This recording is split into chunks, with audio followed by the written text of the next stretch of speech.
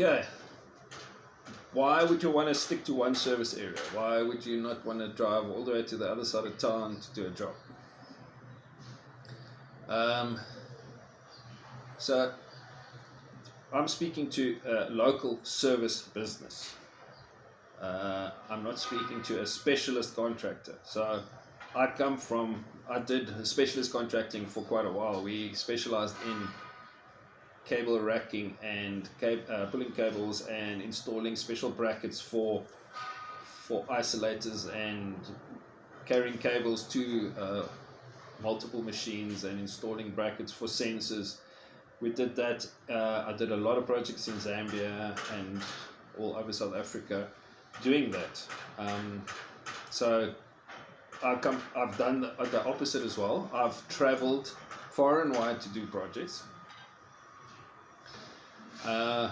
But also then local projects, was asked to go to do a project in the south, and then I got the project. And when I eventually did the calculations, I lost money. The reason I lost money is because how much time are you spending in that vehicle going to site, and then you hit traffic? How much fuel are you using? So now, are you going to reckon in travel time? To have a productive day, you need to spend a certain amount of time on site. So if you start cutting into that time because of travel, for instance, your staff only arrives at 7, so you can only leave 7:30 to get to site whatever time you get there. And then you need to get them back to a certain place so that they can get their transport home. So you're limiting your time on site. Or you make another plan and you leave at 5 in the morning to miss traffic, hope your guys are available, and then leave late. So then you're adding so much time and travel time and travel wear and tear that tomorrow morning you are stuffed, you are finished. So now you've got to do another whole day's work and a lot of travel, and those things add up very quickly.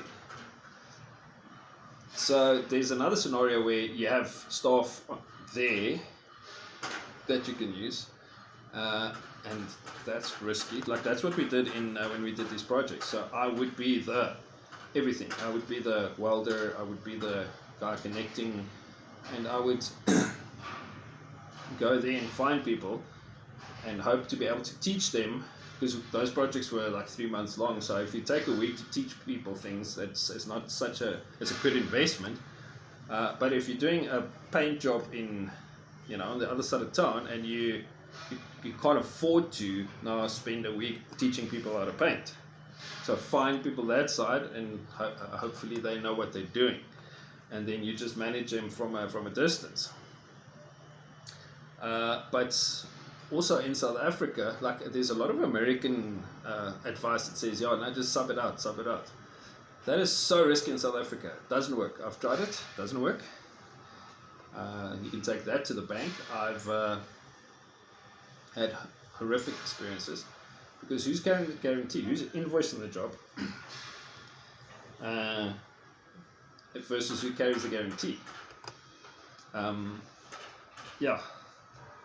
I won't mention names, but I've had a guy who I did roofing with who, I carried the guarantee. He just disappeared. I invoiced the project. I had to, I had to carry the issues when they came. So I rather have my own staff and my own risk and sort out the issues. But this trend of taking work wherever it is, you can actually dig yourself a deep hole. I don't think guys know what most tradesmen have never done a job costing. They never know if they've made money. They check their bank account and see if there's money, and that's how they figure out if they've made money or not. So if you're not going to calculate your costs on a project, how many days you spent there, the time spent, how many staff on site, how much they cost. If you're not going to calculate these things, how are you going to know if you make money? And because that will tell you what to charge the next time. That's the best indicator of what to charge the next time you do that same project. Because if you lost money, you can't charge the same you did the previous time. You're going to have to charge more.